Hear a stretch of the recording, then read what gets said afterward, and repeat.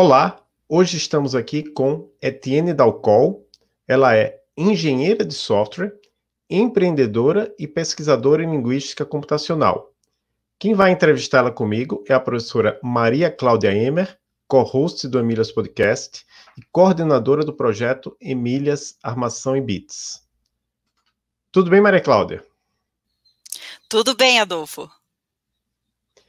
Hoje estamos aqui também com a Alane Marie, que é doutoranda na UFPR, é a primeira podcaster por um dia do Emílias Podcast. A gente lançou isso lá no Twitter em um formulário para as pessoas que quiserem participar e serem podcasters por um dia. E a Alane já foi entrevistada por nós aqui no podcast, também deu a palestra Uma Introdução ao Estudo das Redes Sociais e Econômicas em nosso evento em homenagem ao Dia Internacional da Mulher de 2021.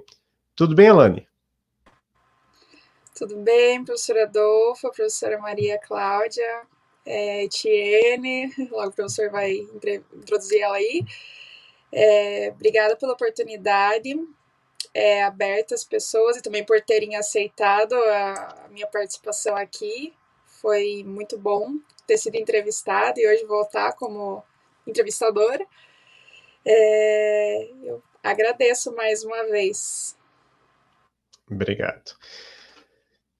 Etienne, seja bem-vinda ao Emílias Podcast. Tudo bem? Oi, tudo ótimo. Muito obrigada por esse convite. Então, Etienne, nós agradecemos sua presença e começamos fazendo aquela pergunta que a gente sempre faz para as mulheres que a gente entrevista aqui. Como é que você se interessou pela área da computação? Como é que, em algum momento, você decidiu, não, vou fazer carreira na computação? Então, essas são duas perguntas diferentes, né? O momento que eu me interessei pela área e o momento que eu me interessei em fazer isso como carreira, né? Eu sempre, na verdade, gostei de computação sem saber da existência que era possível ter uma carreira nisso, né? Então, desde pequena, assim, né, eu tive a sorte, tive o privilégio de ter acesso a computador, assim, desde muito nova, porque eu tenho um irmão bem mais velho, e ele tinha um computador. Então, eu meio que observava, assim, algumas coisas que aconteciam. O evento que foi quando ele decidiu atualizar o Windows 3.1 para 95, sozinho, né?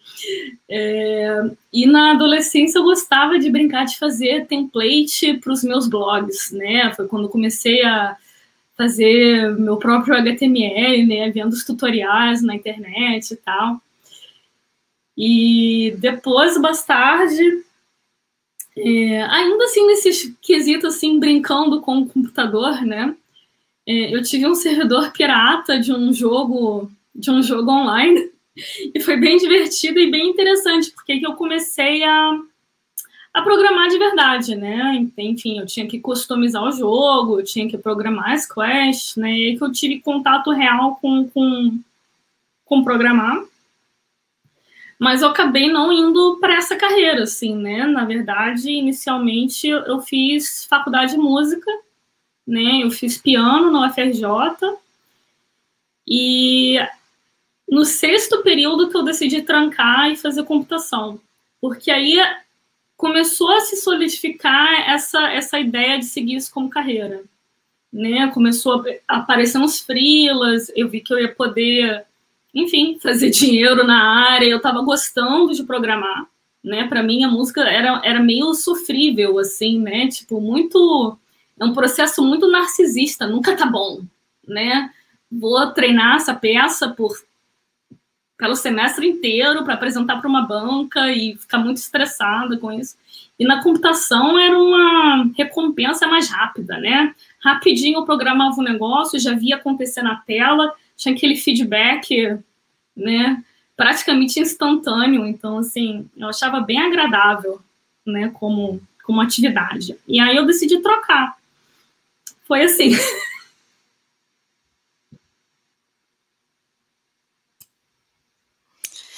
E aí, como que foi a sua formação na área, então, da computação? Então, quando eu resolvi fazer essa troca, antes de ir a fundo mesmo, antes de saber se eu queria investir numa universidade, enfim, para ver se era para mim mesmo, primeiramente, eu fiz um cursinho de informática, que era, enfim, um módulo básico de Java, né, que era, tipo assim, fazer sites em Java, em Spring. E, enfim, quando o curso acabou, eu falei assim, bom, ok, quero fazer a universidade, né? Eu comecei a avaliar quais eram os benefícios de ir para a faculdade em computação ou de apenas... Porque em computação existia essa possibilidade, né, de eu começar a trabalhar e ir crescendo devagarinho, né, ganhando experiência já na indústria, ou de eu fazer um curso superior. Mas eu decidi fazer um curso superior mesmo assim, porque eu vi que eu estava gostando bastante, então valia a pena investir mais profundamente. E aí eu comecei a fazer um estágio enquanto eu fazia vestibular e aguardando o início do curso, né? E eu entrei para o curso de Sistemas de Informação na PUC-Rio. E aí eu fiquei um tempo lá, porque quando eu entrei eu tinha bolsa integral. E depois de um tempo eu perdi a bolsa e eu fiquei muito desesperada. E nessa eu acabei me aplicando para um intercâmbio para o Ciências Sem Fronteiras. E aí eu fiz intercâmbio numa faculdade de engenharia na França. E eles tinham uma pegada mais generalista, assim, né? Não era tanto informática, mas era bem engenharia mesmo. E foi difícil no início, porque eu não estava preparada para a base de cálculo que eles pediam, né? Eu tinha evitado isso propositalmente quando eu escolhi o meu curso de sistemas de informação. Mas no intercâmbio eu não tinha muita escolha, né? Enfim, era toma aqui uma bolsa. Então, não ia falar não, né? E aí eu me virei e terminei o curso lá, que era esse engenheiro generalista com foco em engenharia de software e, mais precisamente, sistemas embarcados. Saindo de lá, eu não continuei minha formação imediatamente, né? Eu fui trabalhar. E depois de um tempo, eu falei assim, não, mas tem tanta coisa que eu gosto, que eu quero me aprofundar mais, né? Eu tenho essa paixão por idiomas também. E aí eu resolvi procurar compreender mais essa área de linguística computacional, né? De processamento de linguagem.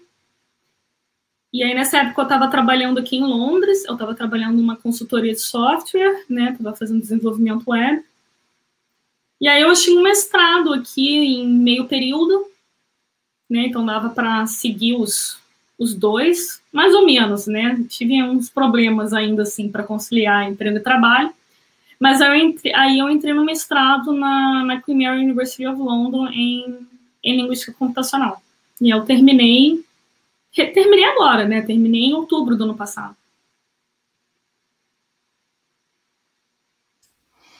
Legal, uma bela trajetória já, né? Então quer dizer que você, quando saiu daqui da PUC, do curso de Sistemas de Informação, você voltou para o Brasil ou você continua só no exterior, fazendo sua carreira? Então, essa, na verdade, é uma coisa que ainda estou tentando resolver até hoje, porque, teoricamente, era para ter voltado, né? Mas o problema é que eu não tinha dinheiro para pagar a PUC. Então, se eu voltasse para o Brasil, eu não ia terminar meu curso, né? Então, eu estava nessa situação, assim, do tipo, o que eu faço agora? Né? Então, foi, assim, uma trocança de e-mails com a CAPES para tentar resolver essa situação. E aí acabou que a minha faculdade no exterior me ofereceu uma bolsa. Então, eu iria conseguir terminar o curso com uma bolsa pela faculdade na França, né? Enfim, tudo se resolveu, mas foi bem estressante, assim. Né? Que bom. E aí eu acabei não voltando para o Brasil. Mas eu terminei o curso.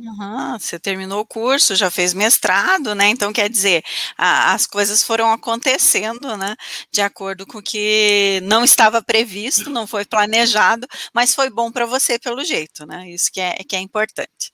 E agora a gente quer saber a respeito do seu dia a dia. Como é seu dia a dia hoje, né? Você passa programando mais tempo, conversando com pessoas? Como que você tem organizado o seu dia?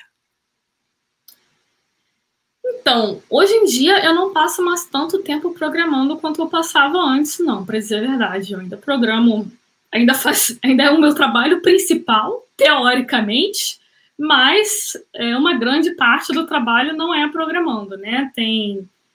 Além de ter as várias reuniões, né, eu ainda estou nessa situação onde eu tenho o meu tempo alocado em duas coisas diferentes, né? Eu trabalho meio período no Instituto de Pesquisa, e no resto do meio período eu estou tocando o meu projeto, a minha empresa, né? Então, assim, no Instituto de Pesquisa, o meu trabalho especificamente é engenheiro em pesquisa, né? Então, eu tenho que programar para pesquisa. Então, eu tenho que pesquisar também. Então, tem muita leitura, né?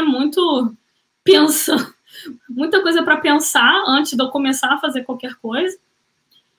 E, enfim, fora as reuniões. E na empresa, no meu projeto, né, apesar de eu ter desenvolvido o app, ter passado bastante tempo programando, tem todos os outros aspectos ao redor disso, de tocar um projeto, né, começar a tocar um projeto desse tipo sozinha. Agora tem mais gente, né, mas eu passei muito tempo sendo só eu.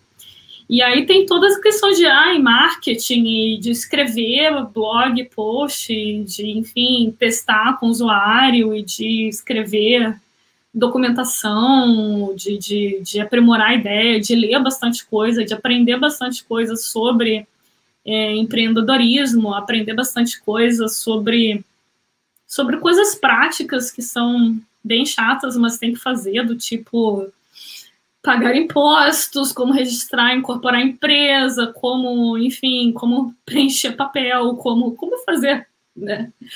Várias coisas. Isso toma bastante tempo. Então, no final das contas, o tempo que eu fico na programação também é bem restrito.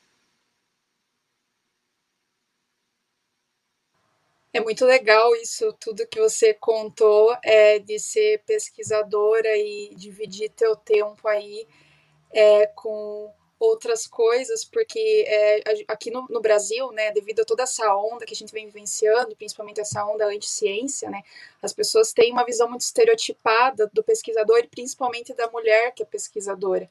Então, você está aí para mostrar que pode ser muitas coisas além, né, da tua vida que se faz na pesquisa. Mesmo, eu achei muito legal você contar essa ligação que você tem com a música, porque eu sou muito apaixonada por música. Na verdade, eu sou cantora amadora, né? Mas eu gosto muito de fazer essa relação assim da arte com a computação, com a tecnologia, porque demanda muita criatividade. E eu digo, né, que computação e tecnologia no geral é uma arte também, né? A gente está aí para solucionar a vida das pessoas. Da mesma forma que ser um pesquisador, né, ser uma pesquisadora também é uma arte, porque a gente demanda muita criatividade para a gente auxiliar as pessoas a solucionarem vários problemas. E eu queria saber agora, você sendo uma mulher inserida na tecnologia, de dificuldades, se você enfrentou dificuldades e quais seriam essas dificuldades que você enfrentou, seja na escola, no trabalho, na sua trajetória aí, gostaria de saber. Ai, nossa, teve tanta coisa. Teve bastante coisa. Né? Coisas mais, digamos assim, as coisas menos com maldade, mas que já foi chato, de coisas realmente bem sérias, assim, né? Então, assim, desde a faculdade já teve, assim, alguns constrangimentos, tipo... às vezes, como eu falei, nem era na maldade, mas, por exemplo, teve várias turmas onde eu era a única mulher na turma, né? E aí eu chegava e o professor falava assim, finalmente chegou uma mulher, né? E todo mundo vira a cara pra mim, me encara como se eu fosse uma alienígena, né? Então, assim, umas coisas completamente desnecessárias, sabe? Né? E, enfim, já é chato, né? Mas teve coisas mais chatas, tipo assim, quando eu consegui meu primeiro emprego na área, né? E eu estava no segundo período ainda, mas eu já tinha toda uma bagagem, mas Teve veterano que chegou para mim e perguntou, né, com quem eu fui para a cama para conseguir aquela vaga, né? Então, assim, perguntou isso na frente de todo mundo. Eu fiquei, tipo assim, mega ofendida, assim, né? Tipo, né? Que ideia que passou na cabeça dele de perguntar um troço desses, né? E, infelizmente, essa não foi das piores coisas que já me falaram, assim, né? Então, esse primeiro emprego foi uma experiência terrível, assim, né? Porque o chefe só falava bobagem, né? Fazia esse negócio, sabe? Difícil até descrever, assim, né? E, tipo, tive colega que me assediou, e aí o cara fazia piada de ter espancado a ex-namorada no trabalho, todo mundo achava engraçado, sabe? Tipo, muita coisa, tipo, muito horrível, muito horrível. Honestamente, tem horas que eu não sei como eu tô aqui ainda, assim, porque acho que foi muita resistência mesmo. E, enfim, tem coisas que era para ter traumatizado mais, mas que, felizmente, conheci muita gente muito maravilhosa também, que estava ali de exemplo, que estava ali servindo de apoio, que estava ali para escutar, que formou uma rede, que, enfim, foi essencial também para eu estar, né, de eu estar na área ainda, né. Foi também uma questão, às vezes, até de ingenuidade, às vezes, né, determinadas coisas que eu passei, eu poderia não ter passado se eu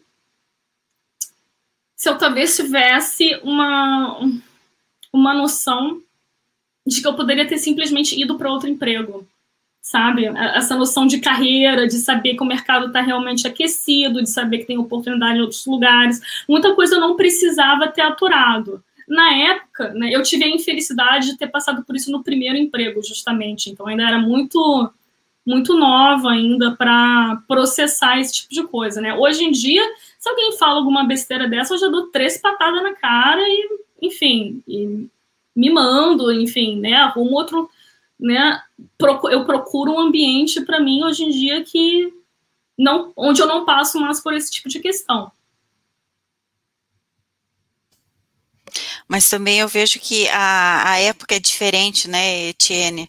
Naquela época, de repente, era mais difícil, porque a gente não conversava muito sobre isso também, né? Apesar de a gente sentir, né, a gente não falava desse assunto, porque parecia até, entre aspas, assim, normal, por exemplo, em sala de aula, quando uma menina fizesse uma pergunta, né, todo mundo caía na risada, tipo assim, só podia ter sido uma menina para perguntar isso, né. Então, quer dizer, a gente se sentia mal, mas para aquela comunidade aquilo parecia tão, sabe, normal, né, que a gente acabava não tendo voz para falar que não deveria ser assim, né. E eu acho que a inexperiência também leva a isso, né, como você disse, talvez não precisasse ter passado por algumas situações, podia ter saído antes, né, mas eu vejo que tudo que a gente passa faz com que a gente amadureça, né, que a gente cresça e que a gente aprenda mais, né, do que uma pessoa que, de repente, tenha tido lá o seu primeiro emprego e tenha sido tudo tão mais simples, né, mais fácil de passar por aquele momento, daí vai para o segundo emprego. Então, acho que isso faz com que a mulher também consiga se empoderar mais, né. Então, faz parte dessa nossa trajetória e hoje a gente consegue falar disso e mostrar para outras meninas, né, que isso não deve acontecer, né, que a gente não deve aceitar. Então, acho que toda essa história que a gente tem contado aqui pelo Emílias, né, de muitas mulheres, é muito importante para que isso vá mudando culturalmente, né. Mudando não somente porque nós estamos falando, mas também porque os homens estão ouvindo, né. Então acho que isso é muito importante, a gente está conseguindo fazer isso. E essa resiliência das mulheres, essa força, esse poder, isso eu acho maravilhoso. Eu te dou parabéns, Etienne, que você conseguiu ali e continuar na carreira, né, continuar nessa área, não desistir. porque você gostava, né, e era o que você queria. Obrigada, sim, essa questão da resiliência é uma questão bem importante mesmo, né, tem horas que só a gente sabe como a gente passou por certas coisas e depois tudo deu certo, né.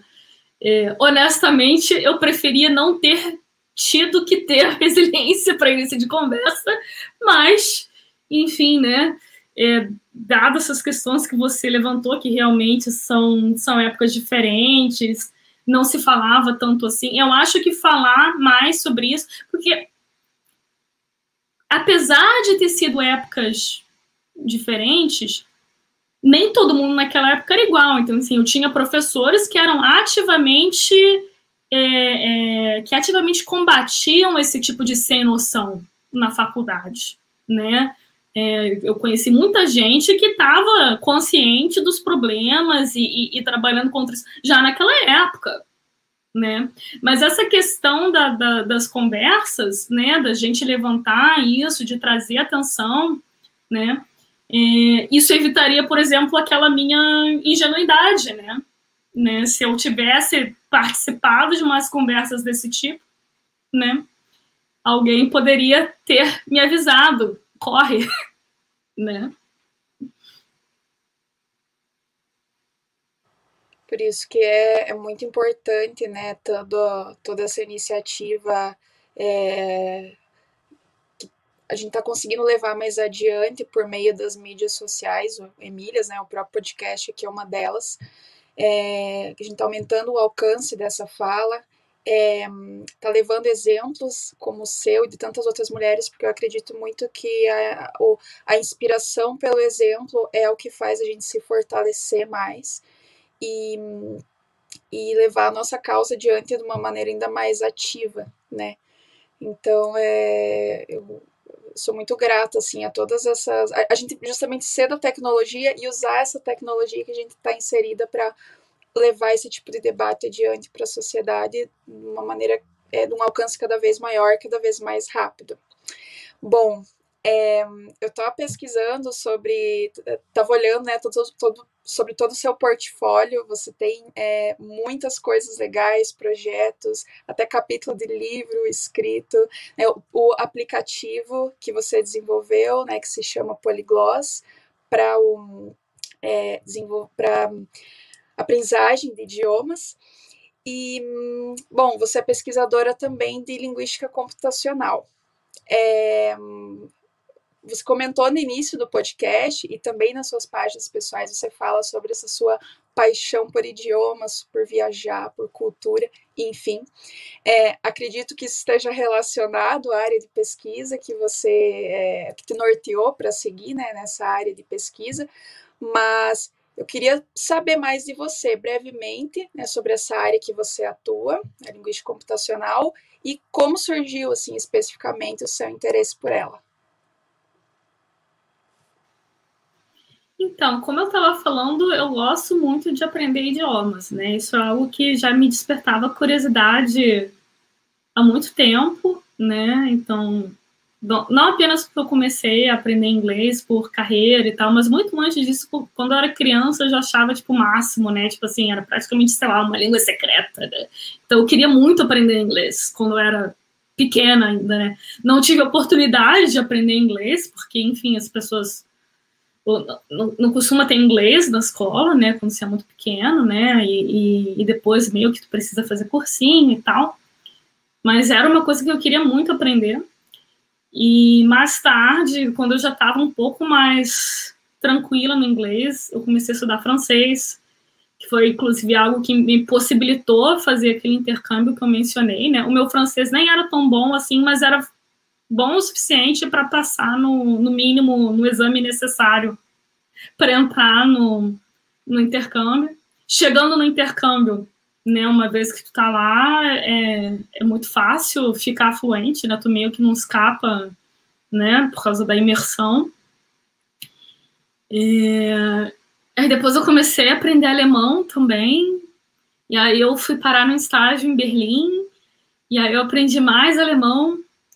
né? Então, assim, foram coisas que foram acontecendo na minha vida e que, de certa forma, foram facilitadas por esses aprendizados de idiomas, né? Quando eu comecei a estudar francês, eu nunca queria imaginar que eu ia fazer faculdade na França, né? Eu comecei porque eu achava bonito, né? O motivo mais frívolo possível do mundo. Ai, francês soa sexy. Né? Os negócios assim, né? De vaidade, né? Mas, enfim, aquilo me abriu uma porta que eu nem sabia que existia, né? E assim, várias coisas acontecem na vida, né? Então, já tinha essa trajetória dessa conexão com os idiomas e meio que já tinha uma noção do que era difícil, o que era fácil, quais são os obstáculos, né, de aprender idioma, porque nem todo idioma é igual, né? Um curso de inglês tem em todo lugar, tem vários aplicativos para isso, tem filme para assistir, tem muito material disponível, mas para outros idiomas não é tão fácil assim, né? E você começa a ver como começa a ficar mais complicado, né? E, enfim, fora que é caro, né? Quando você começa a chegar num nível mais avançado, você precisa de algo mais personalizado, né? Para você avançar bem, né? Se você está num grupo com muita gente, fica mais barato, mas também fica mais devagar.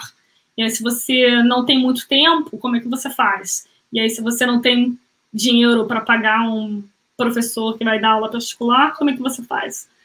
Né? Então, assim, tem várias complicações aí no meio. Então, eu sabia que eu queria fazer algo em relação a isso, né? Eu sabia que o nível intermediário era o nível mais difícil. Eu estava no momento da minha carreira que eu queria uma certa mudança. E aí eu pensei assim, bom, eu vou fazer o seguinte, eu vou voltar a estudar, eu vou fazer um mestrado e eu vou tentar fazer um projeto que seja relacionado com idiomas, que possivelmente vá ser uma empresa no futuro, né? Que eu possa transformar num produto lucrativo, em algo sustentável.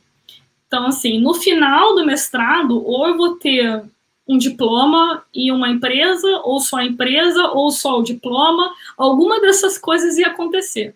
Era meio que uma justificação também, porque depois de um tempo eu decidi parar de trabalhar. No início, eu ainda estava tentando conciliar as duas coisas, mas aí eu vi que eu não ia dar, né? Eu falei assim, bom, já que eu estou deixando meu emprego, eu quero saber como eu faço uma empresa, né?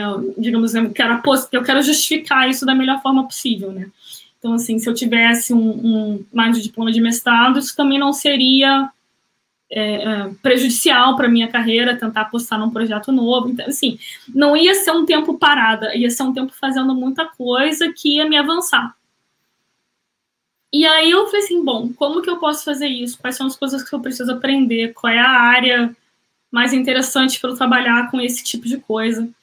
Né? E aí eu achei esse grupo na Queen Mary, né, com o professor Máximo Poésio, que ele estuda GWAPs, que são esses Games with a Purpose, que inclusive o inventor dessa área né, no meio acadêmico é o fundador do Duolingo, né, que também é um aplicativo de idiomas, mas que essa questão de você coletar dados interessantes sobre linguística, sobre idiomas, mas também, ao mesmo tempo, prover uma atividade interessante para quem está participando, né, e te dando esses dados que você está usando na sua pesquisa, né? Porque muita gente pode, às vezes, fazer um projeto de crowdsourcing, onde as pessoas ficam clicando, fazendo coisas, e elas meio que não ganham nada em retorno, assim, né?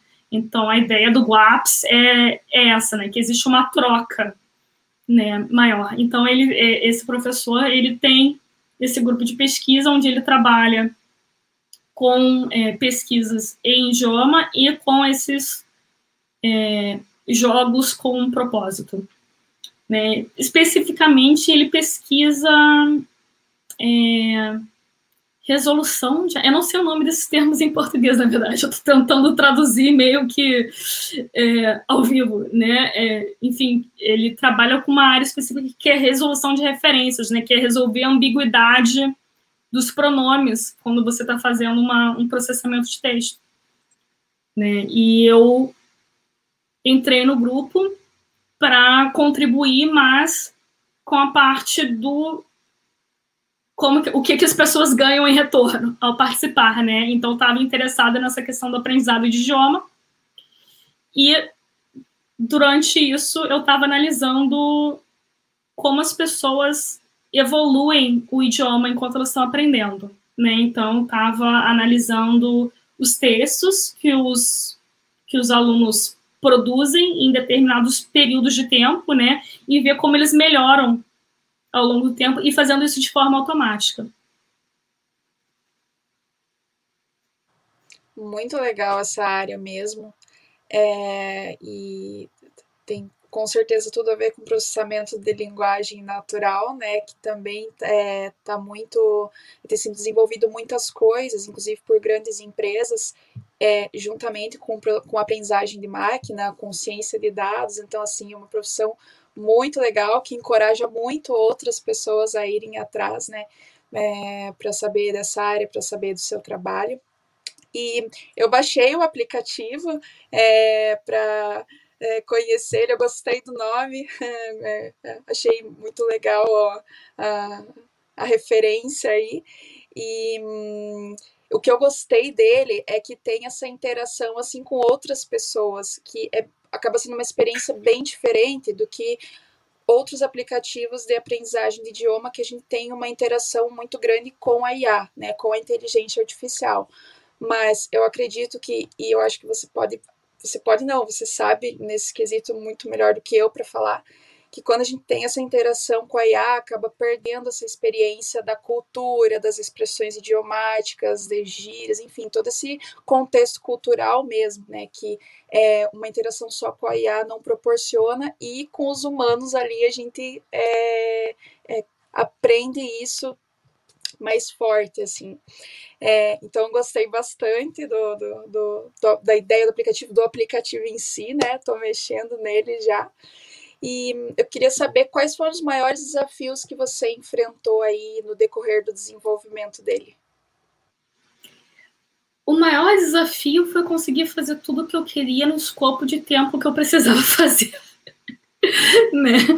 Porque, assim, para dizer a verdade, as pessoas me desaconselharam a fazer o que eu queria fazer, né? Porque o tempo era curto e elas falaram assim, olha, ou você pega um dataset, né? Ou você pega um conjunto de dados e faz uma pesquisa sobre esses dados, ou você faz um aplicativo que, digamos assim, seja um protótipo, né? Digamos assim, você vai demonstrar que ele talvez tenha um potencial de ser interessante, né? No tempo que eu tinha para fazer esse projeto, né?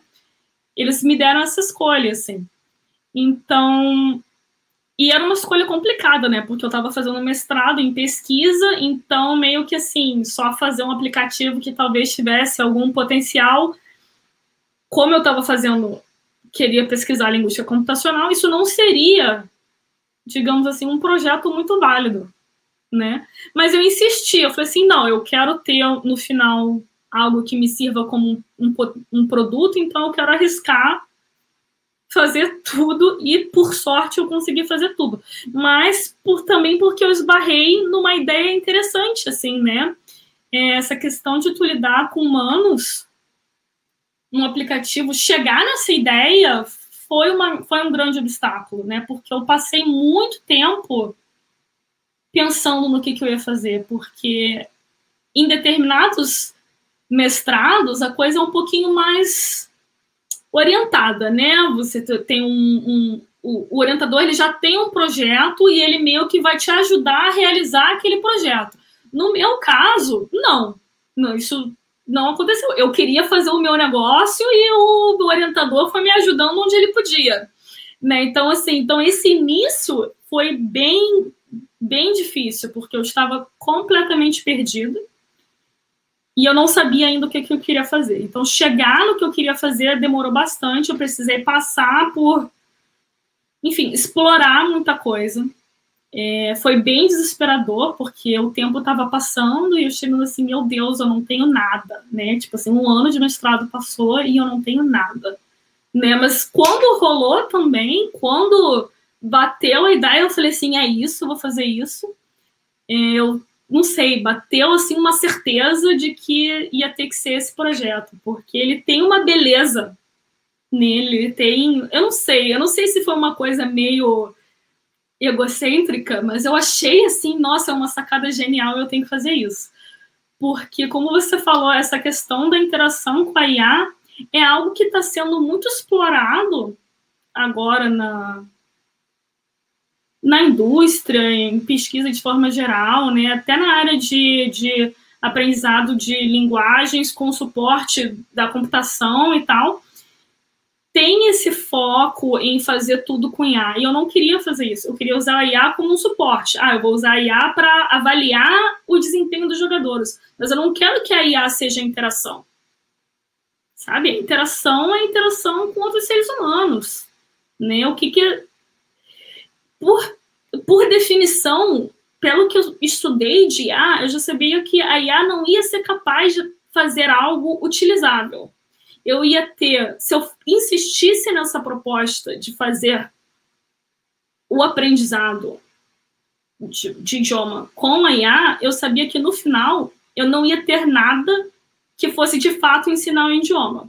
Ia ser talvez um projeto muito interessante onde a IA fosse talvez ensinar um tipo específico de verbo, como conjugar, não sei o quê, mas não ia ser uma solução que de fato fizesse diferença no aprendizado do idioma de alguém. Não nesse tempo curto de tempo que eu tinha. A minha conclusão é que ia precisar ser uma IA muito avançada, que o nosso momento agora de tecnologia não chegou ainda. Então eu falei assim, não, então eu vou apostar numa ideia mais humana e usar a IA com outro propósito. Né? Então, assim, quando surgiu essa sacada, eu falei assim, ok, é isso que eu vou fazer. Mas foi difícil. Eu tive que passar por bastante leitura antes de parar nisso.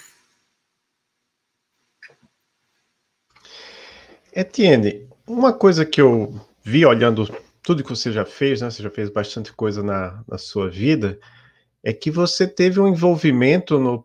Não sei se uma parte da pergunta é isso, se foi no passado ou se ainda é atual, com a linguagem de programação Lua. Então, eu fui procurar episódios onde você já foi entrevistada de podcast, você já foi entrevistada lá no podcast dos programadores, do Marcelo Pinheiro, um ótimo podcast, foi entrevistada também num podcast em inglês chamado The Language Learning Lounge, né? Basta colocar seu nome, Etienne Dalcol, nos agregadores, né? Você encontra esses episódios.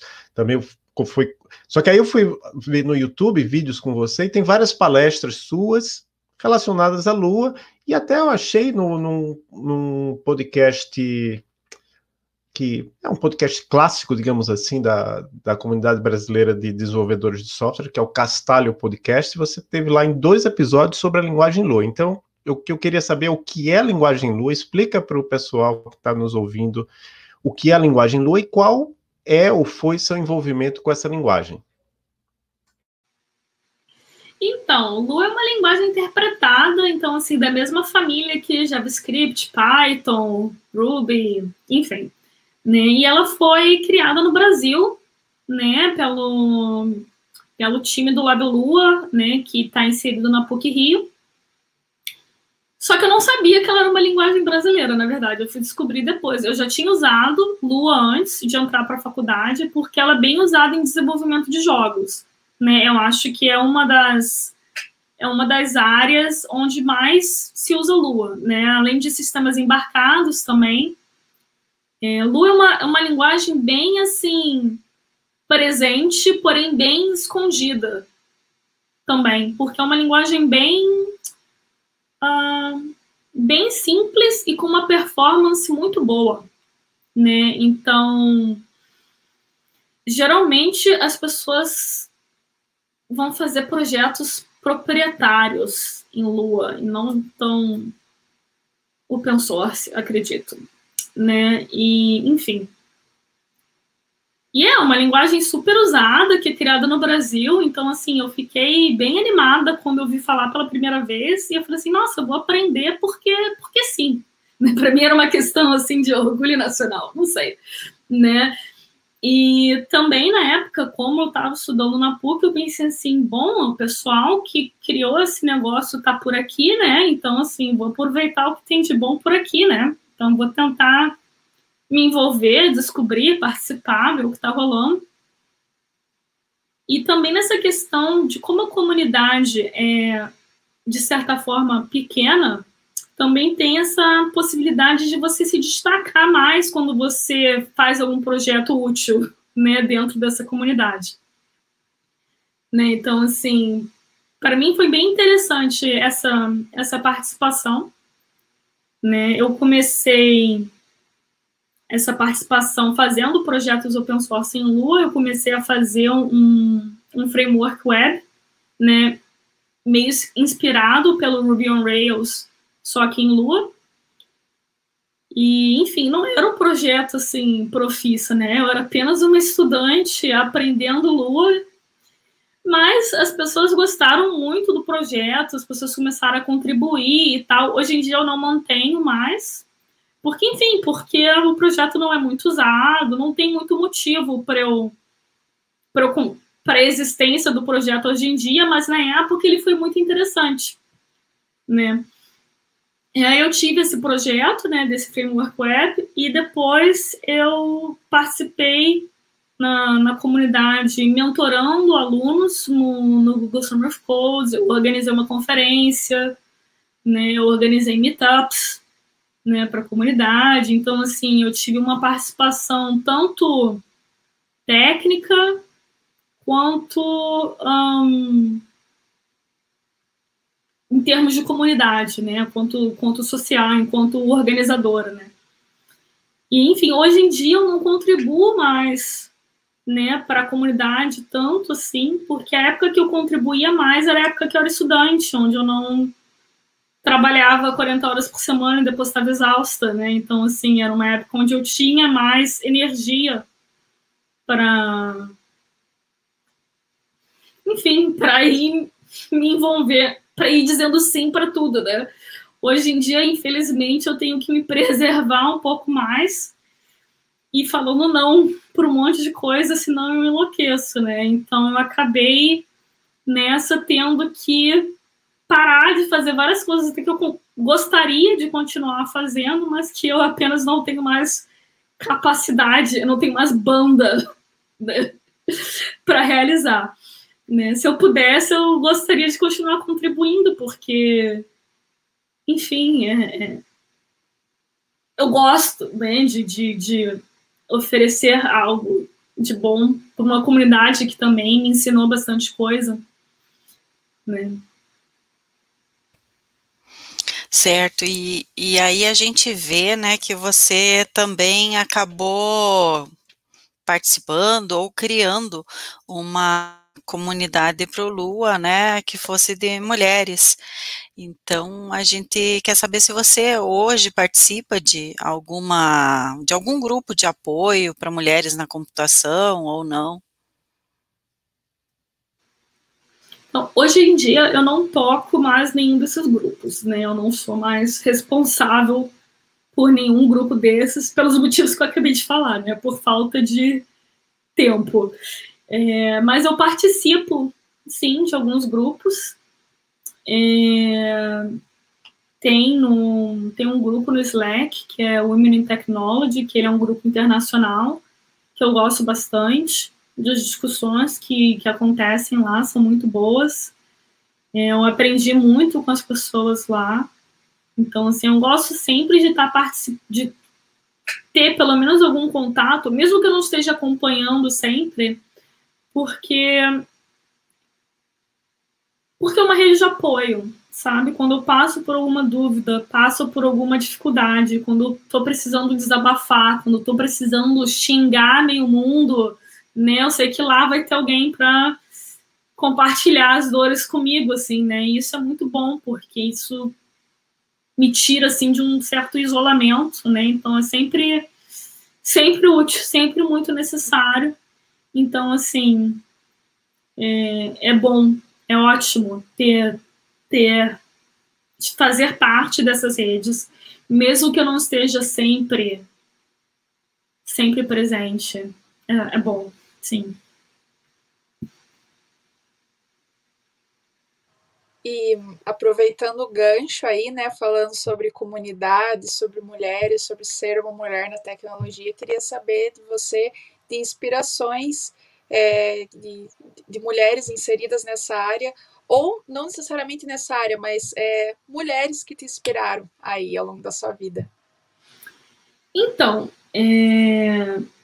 bom, começando pelas mulheres ao meu redor, né? Então, assim, a professora Ana Lúcia, na PUC-Rio, que, enfim, é uma pessoa sensacional, que hoje em dia eu acho que ela não está mais na PUC, mas, enfim, ela, quando a presença dela foi tudo para mim, assim, né? Enfim, aquela professora que manda muito, né? Que sabe muito, e você fica assim, tipo assim, nossa, eu quero ser ela quando eu crescer, sabe? Então, assim, só a presença dela foi ótimo, mas, enfim, eu gostei muito da possibilidade também de me aproximar dela. Ela foi uma pessoa que diretamente influenciou a minha carreira, né, com, enfim, me dando nortes, me dando orientações, né, me explicando coisas sobre academia, sobre como fazer isso, como fazer não sei o quê, né, dando as próprias perspectivas dela, né, de como foi o doutorado para ela, como foi essa questão de vida dela, de fazer doutorado com filho, enfim, todas essas coisas que a gente fica pensando assim, nossa, como é que eu vou fazer quando eu tiver mais lá para frente, né, como é que eu organizo a minha vida e tal. Então, eu tive várias conversas com ela sobre esse tipo de coisa e isso foi, tipo, sensacional. Foi ótimo, né. Então, assim, começando, assim, por essas mulheres mais presentes na minha vida, né, e em termos de mulheres mais históricas, né, que eu não tive um contato direto, mas que cuja carreira me inspirou, né, uma delas é Stephanie Shirley, que eu acho que o nome que ela usava é Steve Shirley, que, enfim, ela foi uma empreendedora aqui na Inglaterra, e nos anos 60 ela abriu uma empresa de freelancers, né, de programação, que era só mulheres. Ela só contratava mulheres, porque ela sabia das dificuldades que as mulheres passavam no ambiente de trabalho, e ela falou assim, não, chega, eu vou criar um espaço onde a mulher pode trabalhar em paz, né, onde a gente pode trabalhar meio período, onde a gente pode ter a nossa flexibilidade, onde ninguém vai tentar nos assediar. Então, ela se esforçou muito para criar esse ambiente e ela fez uma empresa mega bem sucedida nesse esquema, né? Então, ela é uma das minhas inspirações, assim, em meio que desistir de tentar mudar onde tem muita resistência e, ao invés disso, tu criar próprios espaços que fazem a mudança no mundo que você quer que seja feita, né? Então, assim, ela foi uma grande inspiração na área ainda, e tem as inspirações mais fora da área de programação, mas no empreendedorismo também, né? Que é a Betsy Graham, que ele inventou o Liquid Paper, né, que ela era secretária, ela sabia de alguns problemas que ela poderia resolver, e ela inventou o Liquid Paper e fez uma empresa milionária, né? E ela tinha essa consciência, né? Ela reconheceu nas mulheres uma capacidade de liderar que era bem diferente de como os homens lideram normalmente na indústria, né? Um tipo de liderança mais humana, né?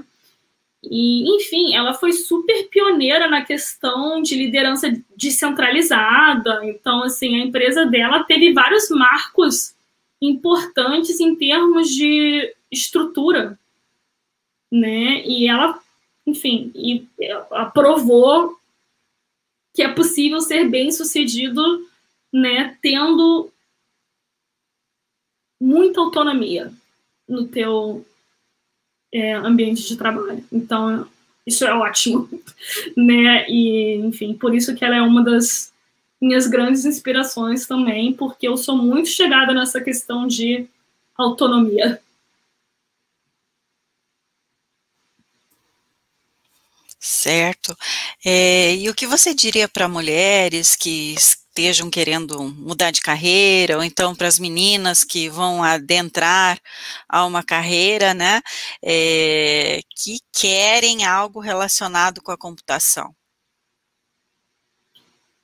Bom, apenas cheguem junto, né? Apesar de rolar todas essas discussões que é uma carreira que é dominada pelos homens, que não sei o quê, e tem seus problemas.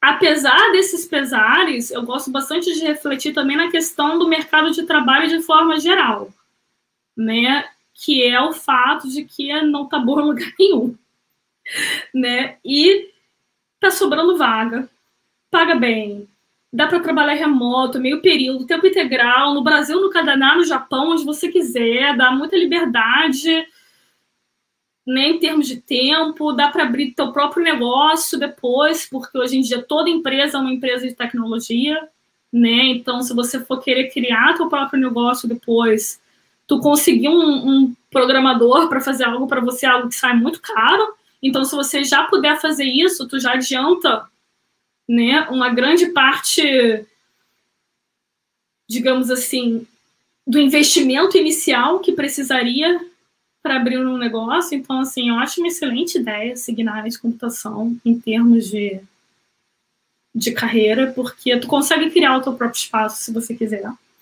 Tu consegue fazer muita coisa e, enfim, é isso. E meus conselhos para quem está começando, para quem quer começar, além de, enfim, aprender a programar, né, é aprender inglês, porque muito do conhecimento que está espalhado, né, vai estar em inglês, porque abre oportunidades de carreira tanto dentro do Brasil como fora no Brasil, então te permite trabalhar de casa para uma empresa estrangeira. O outro conselho é otimizar para aprendizado, né? Enfim, se você tem 2 oportunidades de emprego para escolher, escolha aquela que você vai aprender mais. E a outra questão é algo, meu ponto assim, meio cético em relação à indústria não só de tecnologia, mas ao mercado de trabalho de forma geral, que não tenha lealdade a empresas, né? Tire suas férias, pense em você, tenha lealdade à sua família, aos seus amigos, às pessoas, mas não uma empresa que está ali te contratando para realizar um serviço, né? Como eu disse, a área está bem aquecida, tem muita ideia lucrativa em andamento, está faltando gente, está sobrando dinheiro, então, assim, não deixe ninguém tentar te convencer que essa pessoa está te fazendo um favor ao te dar um emprego, né? Então, assim, saiba do seu valor e escolha bem as vagas.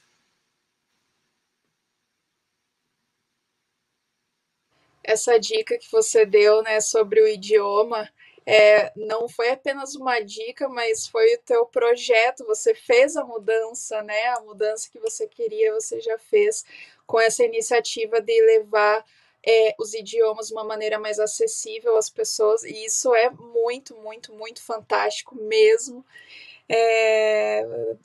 Você não apenas falou de ser a mudança que você quer ser, mas você está sendo de fato a mudança. Isso, nossa, é uma inspiração assim, enorme, enorme, tanto para nós que estamos aqui te entrevistando, como para as pessoas que estão te ouvindo.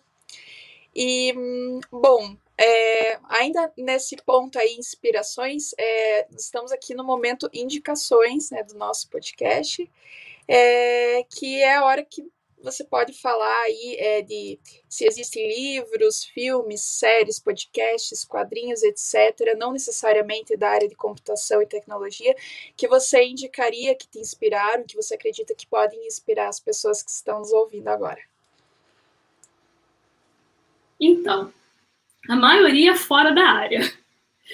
Da área, eu recomendo muito o Programando em Lua, do Roberto Jerusalice, porque é um livro ótimo para aprender sobre linguagem de programação de forma geral, não apenas sobre Lua. Tipo assim, o livro é excelente em explicar vários conceitos ao mesmo tempo que explica Lua. Então, em termos de livro técnico, o Programando em Lua é um livro que eu recomendo bastante.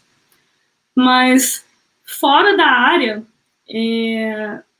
algo que eu li recentemente que eu achei sensacional e que, enfim, me impactou bastante é Ideias para Adiar o Fim do Mundo, do Ayrton Krenak. Bullshit Jobs, do David Graeber, que faz uma análise fantástica do mundo de trabalho. Sistemas de Poder, do Noam Chomsky, que eu li há bastante tempo atrás, mas que realizou uma mudança grande no meu espírito. Deixa eu ver o que mais. Pedagogia do Oprimido, do Paulo Freire, acho que foi um dos melhores livros que eu já li, que eu tenho que ler e reler várias vezes para terminar de processar. Né? Eu li ele pouco, preciso ler mais. Apesar de eu já ter lido, preciso ler de novo, porque é bom assim. Que mais? Tem um livro que eu estou lendo agora, eu não terminei de ler, então eu não posso falar tudo sobre o livro, mas apenas vou dizer que o livro é muito interessante, que é um livro bem interdisciplinar, e não é nem dentro da área de programação, nem fora da área de programação, que ele se chama African Fractals, que é sobre computação moderna e design indígena. E aí ele é do Ron English, e ele faz uma pesquisa analisando padrões de arte e cultura na África que são organizados de forma fractal. Então, você vê, por exemplo, vilarejos onde as organizações formam essas entidades que se repetem e enfim, de várias formas, né? E ele faz essa análise, né, desse impacto de pensar de uma forma mais fractal na cultura. Aí ele entra nos detalhes da computação disso, né, de como você faz simulações de fractais, enfim, o livro é muito interessante. Eu acho que poucas vezes eu vi livros tão interessantes quanto esse.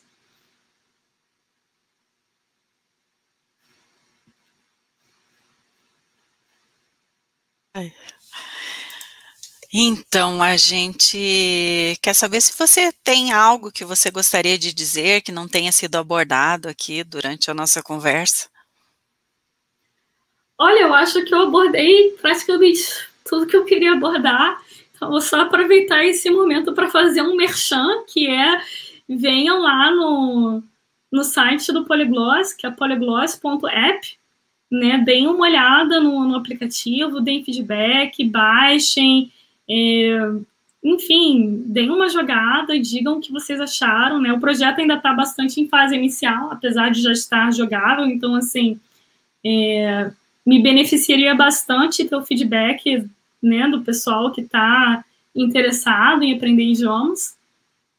E é isso, se quiserem entrar em contato comigo também, eu tô sempre pelo Twitter. Eu sou uma pessoa muito presente no Twitter, mais do que eu deveria, né? E a minha arroba lá é Etienne_D.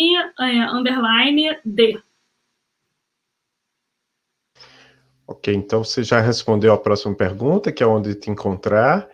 E agora eu faço a pergunta que teria sido da Maria Cláudia, se você quer agradecer e mandar um abraço para alguém. Eu quero agradecer a vocês que estão fazendo esse projeto maravilhoso, essa iniciativa sensacional, né? Dar meus parabéns. E, enfim, meu beijo enorme para vocês três que estão aqui, né? Tirando o tempo livre de vocês para fazer um negócio tão bacana. Muito obrigado. Primeiro eu vou passar a palavra para para a Alane, que aceitou esse desafio de ser podcaster por um dia. Muito obrigado, Alane. Eu que agradeço mais uma vez, eu me senti repórter por um dia, fantástico. Mas foi muito bom conversar com a Etienne, nossa, que experiência massa, nossa, de verdade, muito inspiradora.